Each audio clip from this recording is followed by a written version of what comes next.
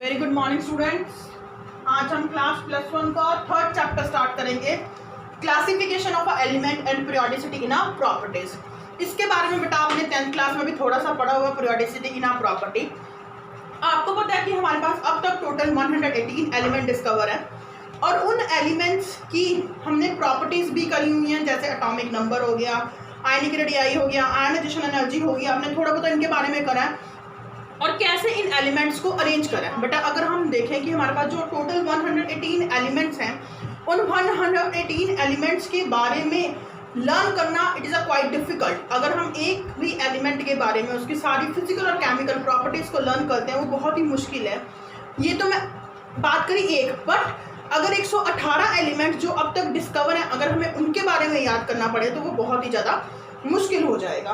तो उनकी स्टडी को इजी करने के लिए हमने एलिमेंट्स की क्लासिफिकेशन करी, हमने एलिमेंट्स को अरेंज करा एक टेबुलर फॉर्म में, जिसको हम क्या बोलते हैं, पीरियोडिक टेबल, जिसकी वजह से एलिमेंट की सारी फिजिकल और केमिकल प्रॉपर्टीज की स्टडी करना क्या हो गया, इजी हो गया। अब आपको स्टार्टिंग में पता है, जो इसमें से कुछ टॉपिक बेटा कट्स हैं जो आपने थोड़े से 10th में करे हुए हैं, पर मैं उसको ब्रीफ एक्सप्लेनेशन आपको दे देती हूँ। स्टार्टिंग में सबसे पहले हमारे पास डुवर्नियर एक साइंटिस्ट आया था जिसने एलिमेंट्स को अरेंज करा था।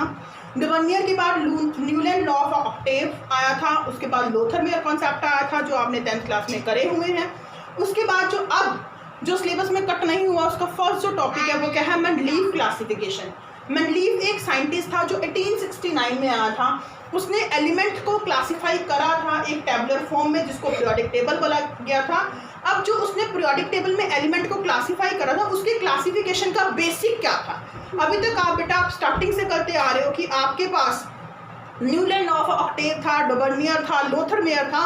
उन्होंने एलिमेंट्स को अरेंज करा था in increasing order of their atomic wait, और मेंडलीव ने भी यही फॉलो करा। मेंडलीव ने भी अपने एलिमेंट्स को सबसे पहली बात किस पे एक्सप्लेन करा, on the basis of their increasing atomic wait. अब उसकी जो प्रॉपर्टीज थी उसने क्या करा, उसने बेटा 63 कार्ड्स लिए।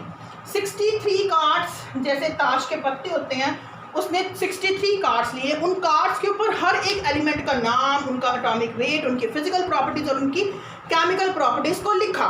फिर उसने क्या करा, एक पिलर के ऊपर उन सारी 63 कार्ड्स को अरेंज करा, जिनकी प्रॉपर्टी सिमिलर थी उन कार्ड्स को एक दूसरे के नीचे रखता गया। तो फिर उसने जब लास्ट में 63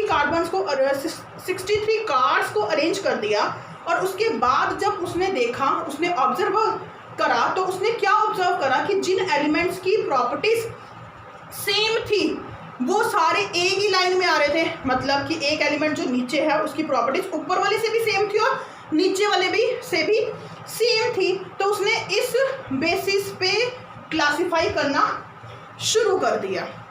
अब जब उसने इस बेसिस पे क्लासिफाई करना शुरू कर दिया, तो उसने अपना एक लॉ दिया जिसको क्या बोला गया, मेंडलीव पीरियोडिक लॉ, जो 1869 पे आया था।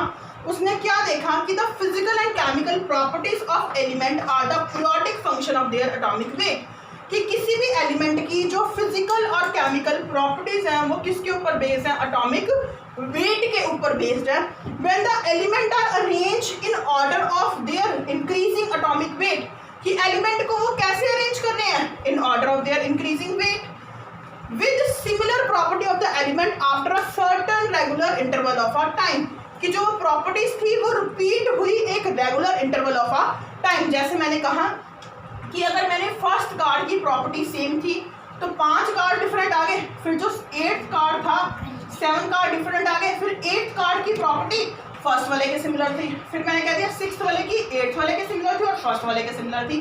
तो ऐसे इस लाइन में जो कार्ड्स आए, जैसे फर्स्ट कार्ड आया, 8 आया, 16 आया, उनकी प्रॉपर्टी सिमिलर थी। तो वो क्या कह रहे हैं, इंक्रीजिंग एटॉमिक वेट पे अरेंज करा। उन्होंने कहा सिमिलर प्रॉपर्टीज, कि जो सेम प्रॉपर्टीज थी एलिमेंट की वो रिपीट हुई आफ्टर सर्टेन रेगुलर इंटरवल, एक पर्टिकुलर इंटरवल, यानी कि अगर यहाँ पे वो 6 कार्ड को छोड़ के प्रॉपर्टीज रिपीट हुई तो अगली भी 6 कार्ड को छोड़ के प्रॉपर्टीज रिपीट हुई, जिसने उसको कहा, क्या कहा कि जो ये प्रॉपर्टीज रिपीट हो रही है इनके रेपुटेशन को उसने क्या बोला, पीरियोडिसिटी ऑफ अ प्रॉपर्टीज, कि एलिमेंट की फिजिकल और केमिकल प्रॉपर्टीज एक रेगुलर इंटरवल के बाद रिपीट करती हैं, जिसको क्या बोला गया, मेंडलीव पीरियोडिक लॉ। अब मेंडलीव पीरियोडिक लॉ जब ये अपनी स्टडी कर रहा था 1869 में, जब ये पीरियोडिक टेबल को अरेंज कर रहा था, इसने कुछ पीरियोडिक टेबल में स्पेस छोड़ा, इसने कुछ लिविंग ब्लैंक स्पेस अपने पीरियोडिक टेबल में उसने एक स्पेस खाली छोड़ा जहां पर जोन से एलिमेंट उस वक्त डिस्कवर नहीं हुए थे। जैसे उसने उन नाम के आगे ई का वर्ड लगा दिया, जैसे ई का एल्यूमिनियम, ई का सिलिकॉन। ई का संस्कृत में मतलब होता है फर्स्ट, कि एल्यूमिनियम और सिलिकॉन से अगले नेक्स्ट एलिमेंट डिस्कवर नहीं हुए। अगर इन फ्यूचर ऐसे एलिमेंट डिस्कवर होते हैं जिनकी प्रॉपर्टीज एल्यूमिनियम और सिलिकॉन के सिमिलर होगी, उनको इनके बाद रख दिया जाएगा। फिर उसने जो अपना पीरियोडिक टेबल अरेंज करा था, उस पीरियोडिक टेबल को उसने कैसे अरेंज करा था, जिसको हम क्या बोल सकते हैं, कैरेक्टरिस्टिक्स। उसने 9 वर्टिकल कॉलम लिए थे। अब वर्टिकल कॉलम कैसे होते हैं, ऐसे जो लेंथ में है, कितने लिए, 9। उन्होंने उसका नंबर रोमन लेटर्स में लिख दिया था 0 से 8। अगर हम कहें 0, first, second, third, fourth, fifth, sixth, seventh, 8, total कितने हो गए, 9। 1 2 3 4 5 6 7 8 9 नंबर हो गए। तो उसने अपने 9 वर्टिकल कॉलम को 0 से 8 नंबर दे दिया। और ये जो ग्रुप्स थे, उसने क्या किया था कि जो हमारे पास वर्टिकल कॉलम थे, उन वर्टिकल कॉलम को क्या बोला गया, ग्रुप। अब जो 0 से 8 टोटल 9 ग्रुप थे, उसमें से 0 और 8th ग्रुप की उसने डिवीजन नहीं करी। जो 1 to 7 ग्रुप थे, उसने ए ग्रुप को 2 सब ग्रुप में डिवाइड करा, ए और B, accept 0 and 8th group. उसने 8th ग्रुप को 3 सेट में अरेंज करा और हर एक सेट में 3 एलिमेंट थे। टोटल 8th ग्रुप में कितने एलिमेंट आ गए, 9 एलिमेंट आ गए। बाकी उसने क्या करा था, जो 1 to 7 थे उनको 2 सब ग्रुप में डिवाइड करा, इसमें भी एलिमेंट थे, इसमें भी एलिमेंट थे, बट उसने 8 ग्रुप को 9 एलिमेंट के 3 सेट बना दिए। और जो 0 ग्रुप था, 0 ग्रुप में नोबल गैसेस रखी गई जिसकी फर्दर कोई भी डिवीजन नहीं थी। क्लियर है बेटा। उसके बाद उसने क्या करा, ये तो फर्स्ट इसका कैरेक्टरिस्टिक्स हो गया कि उसने 9 वर्टिकल कॉलम दिए, जिनको क्या बोल दिया, ग्रुप बोल दिया, जिसकी डिटेल मैंने आपको बता दी है। उसके बाद उसने 7 हॉरिजॉन्टल रोज लिए। उन 7 हॉरिजॉन्टल रोज को क्या बोलते हैं, पीरियड, और जिसका नंबर 1 to 7 है। अगर मैं ये पीरियोडिक टेबल ड्रॉ करूं, ऐसे है बेटा, आप सबकी बुक्स में आप देख सकते हो आगे, जो इसमें ऐसे लॉन्ग लाइन दिया, these are called a vertical column and these are called a horizontal rows. इन हॉरिजॉन्टल रोज को पीरियड बोला जो 1 to 7 थे। इन वर्टिकल कॉलम्स को ग्रुप बोला, जो टोटल कितने डिस्कवर थे, 9 थे, 0 to 8 इंक्लूडिंग 0। ठीक है, तो ये क्या थे इसके मेन कैरेक्टरिस्टिक्स। अब मेंडलीव पीरियोडिक टेबल से हमें क्या क्या पता चला। मेंडलीव पीरियोडिक टेबल ने जो मेन काम किया, उसने मेन क्या काम करा, उसका क्या सिग्निफिकेंस है, उसकी क्या इंपॉर्टेंस है। फर्स्ट क्या है, सिस्टमैटिकल स्टडी ऑफ एलिमेंट, कि इस पीरियोडिक टेबल, जब उसने पीरियोडिक टेबल में एलिमेंट्स को अरेंज कर दिया पीरियड और ग्रुप के अकॉर्डिंग, तो एलिमेंट के बारे में लर्न करना बहुत ही इजी हो गया। हम इजीली हर एक एलिमेंट की प्रॉपर्टीज, अगर मैंने कहा कि एक वर्टिकल कॉलम में 6 एलिमेंट है, उन 6 में से अगर हम एक एलिमेंट की प्रॉपर्टी लर्न कर ले तो हमें बाकी 5 की लर्न हो जाएंगी। तो क्या हुआ, it is a systematically study of a element. With the help of a periodic table we can easily learn the property of each element. Second क्या था, prediction of new element। किसी और ने नहीं, पहले तो इसने स्टार्टिंग में जब दिया तो इसने कुछ स्पेस ब्लैंक छोड़ दिया था, फिर बाद में जब ये डिस्कवरी चलती रही तो मेंडलीव ने ही नए एलिमेंट को डिस्कवर करा, जो उसने किसके बाद रखे, उसने ई का सिलिकॉन यानी कि एक एलिमेंट जर्मेनियम डिस्कवर हुआ जिसने उसको सिलिकॉन के बाद ऐसे उसने ई का एल्यूमिनियम छोड़ा था, जो गैल्मियम डिस्कवर हुआ उसने एल्यूमिनियम के बाद रखा। मीन्स कि नए एलिमेंट प्रेडिक्ट करें जर्मेनियम और गैल्मियम, जिनको ई का सिलिकॉन और ई का एल्यूमिनियम के बाद रखा गया।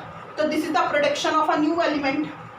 ऐसी जिनका डाउटफुल एटॉमिक वेट था, जिनका डाउटफुल एटॉमिक वेट था। थर्ड क्या है? Correction of doubtful atomic weight. उसने उस एटॉमिक वेट को ठीक कर दिया। जैसे स्टार्टिंग में उसने कहा था कि जो बेरिलियम है, बेरिलियम का एटॉमिक वेट 13.5 है। अब बेरिलियम का अगर एटॉमिक वेट 13.5 है तो इसको कार्बन और नाइट्रोजन के बीच में आना चाहिए। कार्बन का मास आपको पता है 12 है, नाइट्रोजन का कितना है 14, तो 13.5 जन के बीच में आएगा। बेरिलियम इसके बीच में आना चाहिए। बट अगर आप पीरियोडिक टेबल के एलिमेंट्स आपको 20 तक लर्न है ना, hydrogen, helium, lithium, beryllium, boron, carbon, nitrogen, oxygen, fluorine, neon. तो बेरिलियम वो कहता है कि अगर मास के अकॉर्डिंग देखें तो यहाँ पे आना चाहिए, बट बेरिलियम तो कहाँ पर आता है हमारे पास? 4th नंबर पे आता है। क्यों? क्योंकि इसकी जो वैलेंसी होती है वो क्या होती है 4.5, और जो इसका वेट होता है वो क्या होता है 9, जिसको उसने बाद में ठीक करा और इसको कहाँ पे रखा? 4th पोजीशन पे रखा। तो ये क्या थे हमारे पास? Significance of a Mendeleev periodic table. इसके बाद देखो बेटा डिफेक्ट्स। इसने हाइड्रोजन की अनॉमलस डिफरेंट बिहेवियर नहीं बताया। इसने क्या करा था, कुछ एलिमेंट का जिनका एटॉमिक वेट पहले था तो उसको एटॉमिक वेट ज़्यादा था उसको पहले रख दिया और कम वाले को बाद में रख दिया, जबकि इसने कहा था इंक्रीज एटॉमिक वेट होना चाहिए। ये भी इसकी कमी होगी। इसने हाइड्रोजन, इसने आइसोटोप्स को पोजीशन नहीं दी अपने पीरियोडिक टेबल में। जैसे हाइड्रोजन के 3 आइसोटोप हैं तो उसको जगह नहीं दी, सिर्फ हाइड्रोजन के बारे में इसने बताया। इसने क्या करा, जिन एलिमेंट्स की प्रॉपर्टी अलग थी उनको इकट्ठे रख दिया कई जगह, और जिनकी सेम थी उनको अलग रख दिया। इसने ग्रुप 8 के एलिमेंट को, जो 9 एलिमेंट थे उनके बारे में प्रॉपरली बताया नहीं। इसने लेंथन ऑर्डर एक्टिनाइड को प्रॉपर ट्रेस नहीं दिया अपने पीरियोडिक टेबल में। अगर आप पीरियोडिक टेबल देखोगे तो उसमें ऐसे 2 नीचे सीरीज बनी होंगी।